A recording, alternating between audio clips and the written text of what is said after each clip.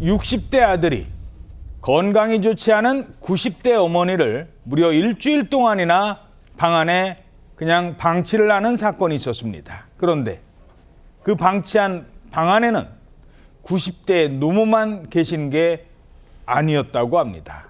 정말 충격적이게도 이미 숨진 누군가와 함께 있었습니다. 그 사람은 또 누구였을까요? 먼저 무슨 일이 있었던 겁니까? 네, 이 가족은요, 제주시에 거주하고 있었습니다. 아들의 나이가 60대였고 90대의 어머니 그리고 80대의 이모와 함께 살고 있었는데요. 어느 날 조카에게 전화가 왔다고 합니다. 통화를 하다가 이 60대 아들이 이런 말을 합니다. 할머니가 위독한 것 같아 라고 말을 한 건데 이상함을 느낀 조카가 신고를 했고요. 경찰이 현장에 출동을 했는데 충격적인 장면을 목격합니다. 90대 어머니가 무려 6일 동안 한여름에 방 안에 방치되어 있었던 건데 어머니는 치매를 앓고 있는 중이었다고 합니다. 자, 그런데 경찰이 가봤더니 치매를 앓고 있는 어머니 혼자가 아니었어요. 시신이 있었다고 합니다. 누구였습니까? 아들의 이모, 말하자면은 이 90대 노인이 자신의 여동생의 시신과 함께 있었던 거예요. 여동생의 시신? 그러니까 말하자면 지금 전화했던 사람은요, 이 사망한 80대 여성의 손주인 겁니다. 그 여성의 손주였던 거고, 그리고 이 말하는 이제 이 할머니는 자기 어머니가 아니라 이 바로 이모를 말하는 거였는데, 그러니까 말씀드리면은 지금 이 방 안에 숨져 있는 건 80대 여성이고 그 시신과 함께 있었던 건 90대 여성, 치매 걸린 여성인데 두 사람이 지금 자매인 상황인 겁니다. 그러니까 자기 동생 시신 옆에서 있었던 거예요? 있었던 거죠. 경찰이 출동했을 때 지금 최 기자 얘기한 것처럼 이때가 한여름이에요.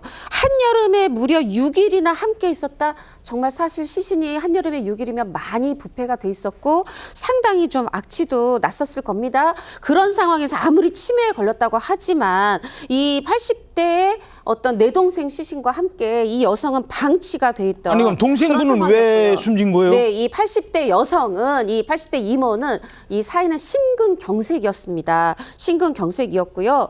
이 치매를 앓는 그 90대 어머니, 이 말하자면 방치했던 60세 여성의 어머니죠. 이 6일 동안 무려 자신의 여동생의 시신과 함께 있었다. 정말 너무나 충격적이지 않을 수 없는 사건입니다. 아니 무슨 범죄 피해를 당한 것도 아니고 심근경색으로 이모가 쓰러졌다는 거 아니에요?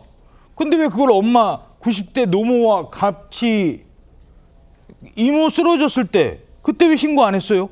그거에 대해서 아들이 이제 경찰 조사에서 뭐라고 그랬냐면 처음에 이모가 쓰러져서 가쁜 숨을 쉬고 있는 것을 알았지만 괜찮을 거라고 생각했다라고 얘기했습니다.